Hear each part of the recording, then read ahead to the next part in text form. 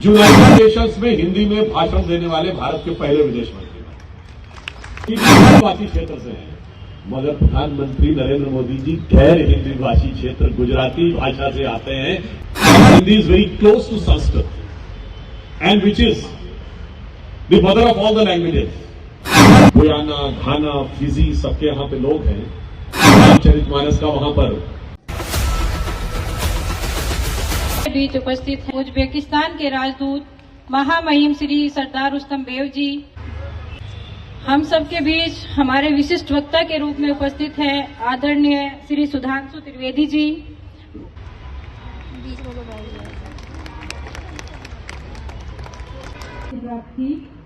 विभिन्न विश्वविद्यालयों में मैकेनिकल इंजीनियरिंग में प्रोफेसर के रूप में कार्यरत रहे और अकादमिक जगत में अपनी विशिष्ट पहचान बनाई। राजनीतिक जीवन में आप भारतीय जनता पार्टी के राष्ट्रीय प्रवक्ता के रूप में व्यापक रूप से जाने जाते हैं। आप टीवी परिचर्चाओं, सार्वजनिक मंचों और वैचारिक संवादों में अपने तार्किक, तथ्यप्रद एवं ओजस्वी वक्तव्य के लिए प्रसिद्ध हैं। आपने वर्ष 2019 में आपको राज्यसभा के लिए मनोनीत किया गया तथा 2024 में आप उन्हें निर्विरोध निर्वाचित हुए। डॉक्टर सुधांशु त्रिवेदी अपनी विद्वतापूर्ण भाषण शैली, भारतीय इतिहास, संस्कृति और सनातन धर्म पर गहन ज्ञान के लिए विशेष रूप से सम्मानित हैं। महोदय, आपको सुनना हमेशा हम सब के लिए अत्यंत सुखद होता है। आपके नाम में तो सुधा है, पर आपकी वाणी में तेज सूर्य जैसा होता है। मैं बड़े ही स्नेह और सम्मान के साथ आपको आमंत्रित करती हूँ। आदरणीय डॉक्टर त्रिवेदी जी।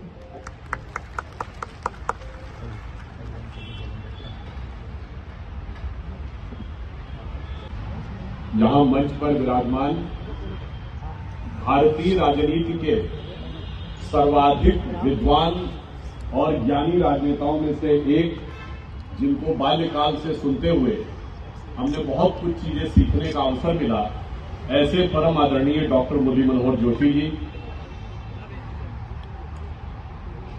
संसद में हमारी साथी राज्यसभा सांसद श्रीमती संगीता बलवंत जी, नेपाल के राजदूत डॉक्टर शंकर प्रसाद शर्मा जी, उज्बेकिस्तान के राजदूत जिनका कि अभी हम लोगों ने उद्बोधन सुना, श्री सरदार रुस्तम बेव जी, श्री विपिन कुमार जी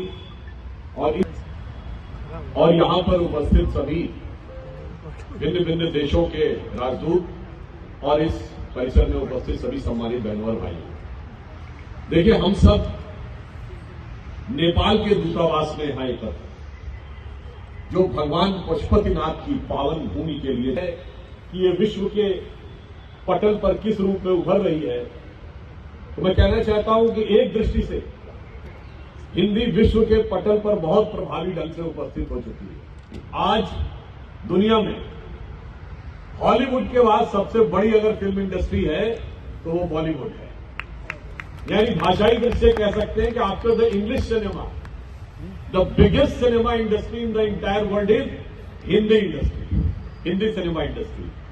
और जैसा कि अभी उज्बेकिस्तान के राजदूत ने बताया कि उज्बेक भाषा में भी 5000 ऐसे शब्द हैं।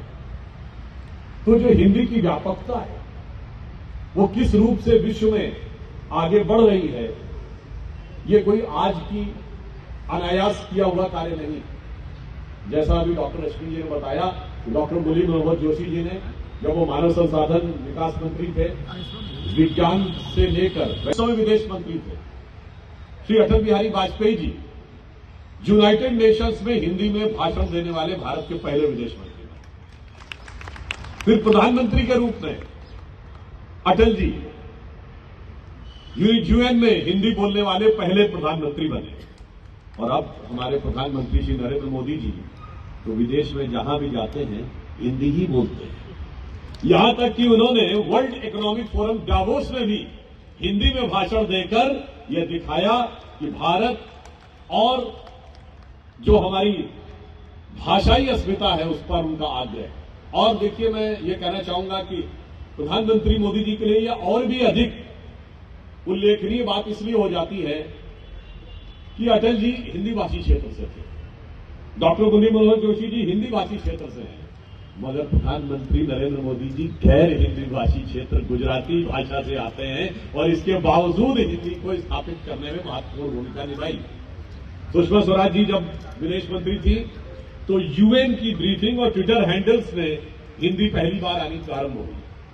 तो हम ये कह सकते हैं कि विगत कुछ दशकों के प्रभाव से आगे बढ़ते बढ़ते हिंदी आज अपना एक प्रभावी और सकारात्मक स्थान विश्व में बनाने में सफल हो रही है। और यहां पर विषय सिर्फ इतना ही नहीं है, हिंदी के साथ जब हम जुड़ते हैं, जैसा कि अभी previously the ambassador of Uzbekistan was telling that Hindi is very close to Sanskrit and which is the mother of all the languages. And in this context I would like to say, ये मैं इंग्लिश में इसलिए बोल रहा हूं कि हमारे विदेशी लोग भी समझ सकें, कोई बाद में वो क्लिप कट हुआ गैंग चलाना शुरू कर दे कि हिंदी के कार्यक्रम में इंग्लिश में क्यों बोल रहे थे, इसलिए कैवेट लगा के बोल रहा हूं। So in this context he has said that Sanskrit is the mother of all languages and it was not we have said. In front of such a learned person like Dr. Muruli Manohar Joshi, though it is speaking like doing a, you can say, contempt, but still I would like to say it was propounded by Sir William Jones in 1790, who was the first person who has translated various Sanskrit texts into English, and he was the judge of Calcutta High Court. He propounded this concept that the Sanskrit is mother of all the languages. And Hindi is one of the closest to Sanskrit. And that's how it gets connected with that. Some of your people must be knowing that in Russian language, if you want to say, give me water, मुझे पानी दो, तो कहा जाता दाय मने होदा। ये मेरी किताब है, इते मया क्रिंगा। और 11th के लिए 11, the word in Russian language is एकादश। And some of you must be knowing that one of the tributary of Volga's name is River Kama. Another river in Russia is River Moksha. तो काम और मोक्ष दोनों रूस की नदियों के नाम हैं। अब इसमें अगर कोई हिंदी के अलावा, संस्कृत के अलावा कुछ और देखने का प्रयास करे तो मुझे लगता है उसके ऊपर मैकाले मार्क्स का चश्मा कुछ ज्यादा ही चढ़ा हुआ है। और मैं दूसरी बात भी कहना चाहूंगा, जो आप लैंग्वेजेस के साथ जो संस्कृत का एलिमेंट है और जोड़कर देखते हैं तो नेशनल से लेके इंटरनेशनल तक कनेक्शन आपको और बेहतर दिखने लगता है। उदाहरण के लिए मैं बताना चाहता हूं एक्सपीरियंस जो मैंने पहले भी बोला है, पहले भी बोल चुका हूं और आज फिर रिपीट कर देता हूं। एक बार मैंने अपनी प्रेस कॉन्फ्रेंस में वितंडावाद शब्द का प्रयोग किया और बहुत से पत्रकार जो कि इंग्लिश न्यूज़पेपर्स के थे, ये बात 8-10 साल पुरानी है, वो समझ नहीं पाए। उन्होंने कहा what is the meaning of this word वितंडावाद। एंड टू माई सरप्राइज वहां पर जो तेलुगु और तमिल पत्रकार थे उन्होंने कहा वितंडावाद शब्द तेलुगु में भी है, वितंडावाद शब्द तमिल में भी है और एग्जैक्टली उसी अर्थ में जिस अर्थ में हिंदी में प्रयोग होता है। अर्थात जब आप शुद्ध भाषा का प्रयोग करते हैं तो भाषाओं के साथ निकटता दिखती है। आप कोलकाता में जाके उतरिए तो आप कहते हैं ना एंट्री एंड एग्जिट एयरपोर्ट पे, तो एग्जिट को यहां हिंदी में लिखा रहता है निकास।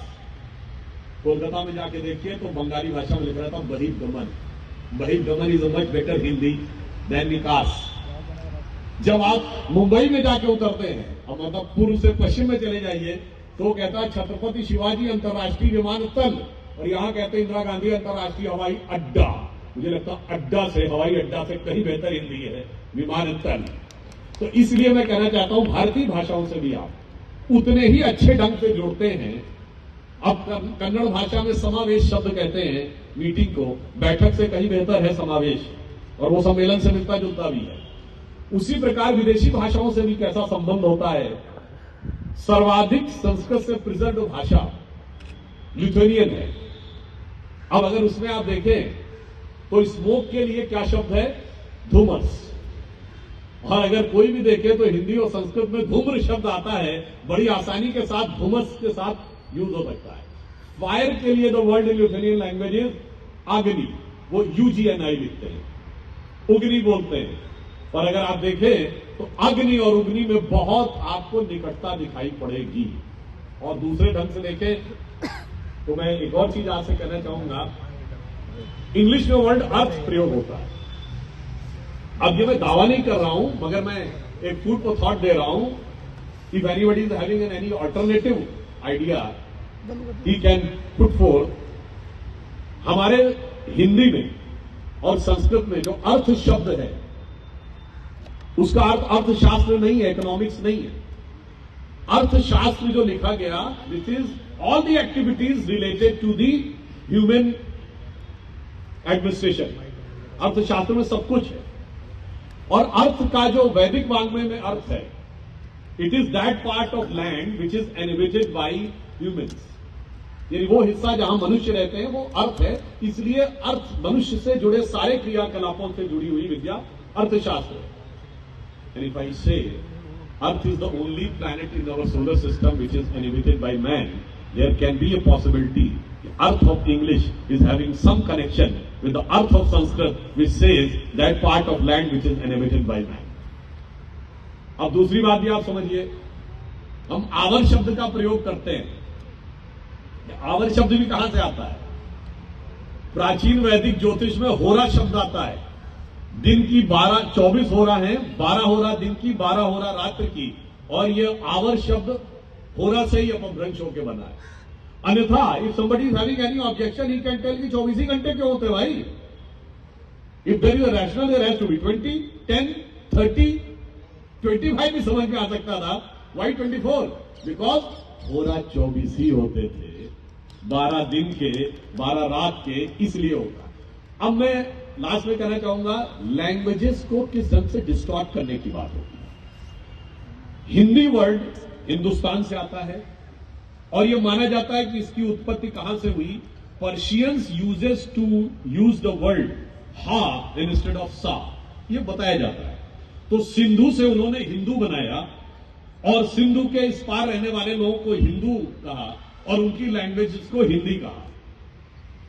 अब अगर यह बात सच है, इन दैट केस अब ये डिबेट किया जाता है कि पर्शियन से संस्कृत आई कि संस्कृत से पर्शियन आई। अब अगर मैं आपसे कहूं संस्कृत में क्या कहा जाता है? सप्ताह, और पर्शियन में हफ्ता, तो साफ हो गया ना। आपने सा का हा किया है, हमने हा का सा नहीं किया है। यानी सीधे बता रहा है कि संस्कृत से पर्शियन निकली है, ना कि रिवर्स। मगर आज उल्टा समझाने का भी बहुत प्रयास किया जाता है।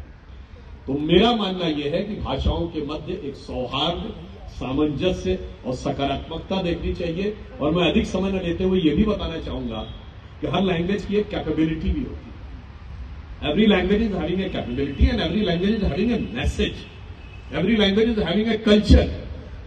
कैपेबिलिटी क्या है? With due respect to all the languages of the world, Shakespeare is considered the biggest literary personality of English. Shakespeare ने अपने फुल लिटरेचर में कितने वर्ड्स यूज किए हैं? 14,000 से लेकर मैक्सिमम 30,000। नॉर्मली 14 से 18,000 यूज किए, मैक्सिमम 30,000। हेमलेट में 30,000 वर्ड्स हैं। और आपको पता है गुयाना, घाना, फिजी सबके यहां पे लोग हैं और रामचरितमानस का वहां पर अक्सर बहुत पाठ किया जाता है। रामचरितमानस में कितने वर्ड हैं? 1,16,000। पृथ्वीराज रासो में 2,40,000। रामायणी जयशंकर प्रसाद की उसमें 2,40,000। तो आप इमेजिन कर सकते हैं, if you look at the diversity of the language, in Hindi you can find 20, 40 synonyms of one word. एक ही शब्द के 20, 40 पर्यायवाची हैं। यह विविधता दर्शाता है। और लैंग्वेज का संदेश क्या दिखाता है? If you have to write to your father in English, what you will write? Dear father. Because respected father is not original English.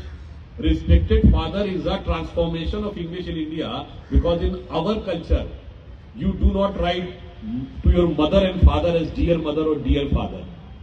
So we have coined this word respected mother and respected father. And Hindi में क्या लिखा जाएगा? In English you write dear father, how are you? Hindi में आप क्या लिखेंगे? पूज्य पिताजी, सादर चरण स्पर्श। There is a huge difference between calling your mother पूज्य माताजी, सादर चरण स्पर्श, huge difference. So the message is also different about the language. And lastly, I would like to say about the scientific aspect of the language also. In Hindi, you will find such a beautiful classification of the alphabets in a particular pattern.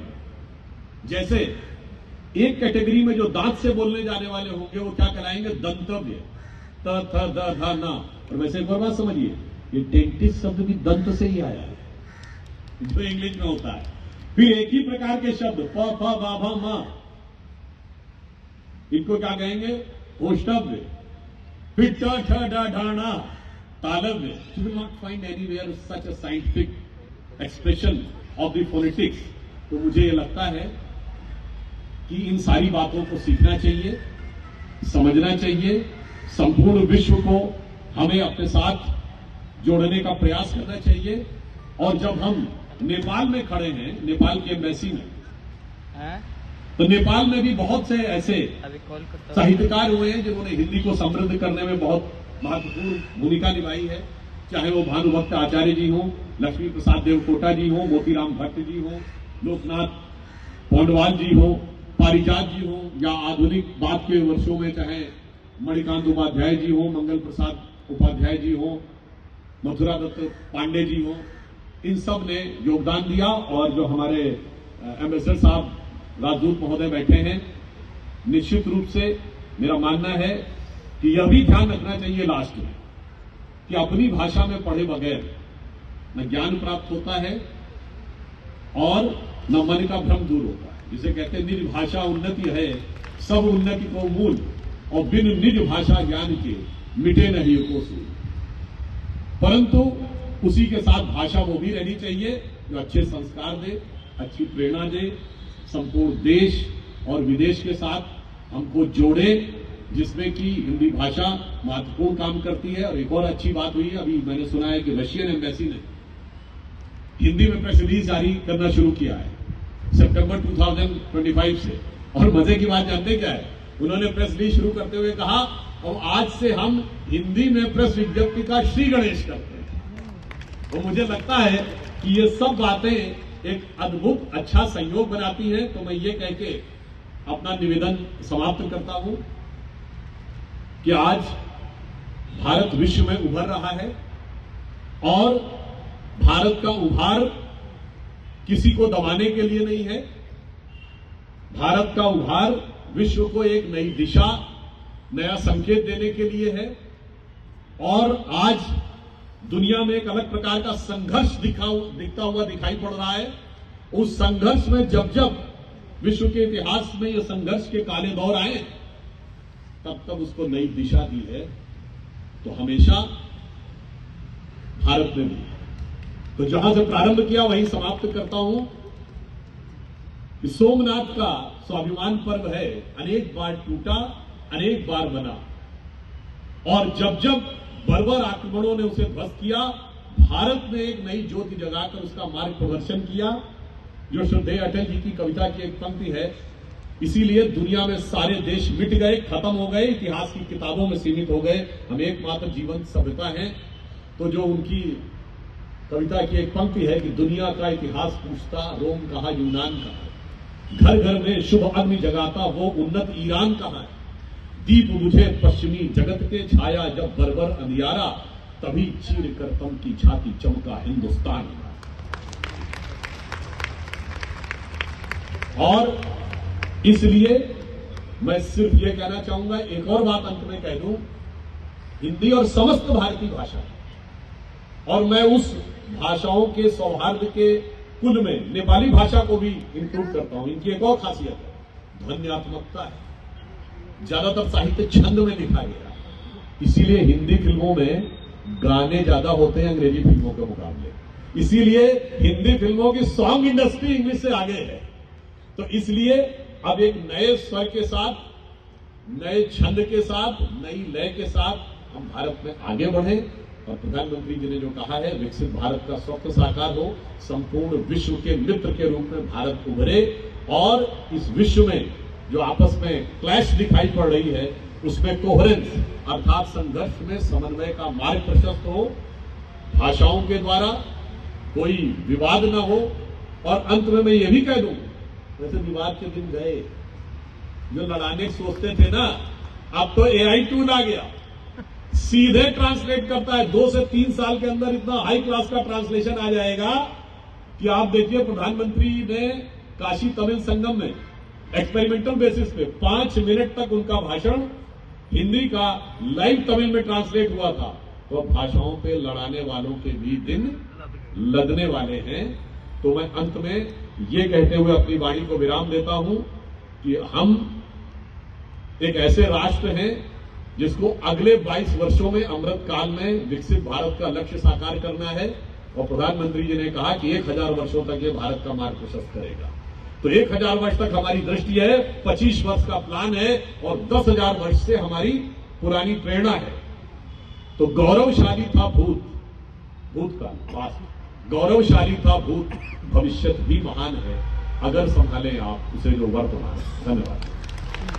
किशोर वैज्ञानिक योजना और महिला वैज्ञानिकों के लिए विशेष पुरस्कार उनके दूरदर्शी दृष्टिकोण के उदाहरण हैं। डॉक्टर मुरली मनोहर जोशी एक प्रख्यात वैज्ञानिक, चिंतक, कुशल वक्ता और स्वच्छ छवि वाले राजनेता हैं। जिन्होंने राष्ट्र निर्माण में शिक्षा, विज्ञान और संस्कृति को समान रूप से महत्व दिया। आपका सानिध्य पाकर हम सभी गौरवान्वित हैं सर। मैं बड़े आदर और सम्मान के साथ आपको आपके आशीर्वचनों के लिए आमंत्रित करती हूँ। जोशी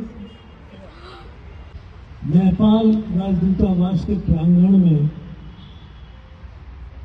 समुपस्थित विभिन्न देशों के महामहिम राजदूतगण, हमारे नेपाल के राजदूत महामहिम श्री शंकर प्रसाद जी, मंच पर विराजमान हमारे बहुत पुराने मित्र और सांसद, आजकल जिन्होंने अभी बताया गया कि एक नई विधा संवाद की दी है पार्टियों के साथ। विभिन्न आपने देखा होगा उनके जो बड़े आक्रामक और बहुत ही, जिसको कहते हैं शत्रु को परास्त करने वाली जो उनकी विधा है, और उसके साथ जो अभी आपने उनका बड़ा साथ निर्मित भाषण सुना। ऐसे हमारे बहुत ही पुराने मित्र, और अभी कुछ कह सकता हूँ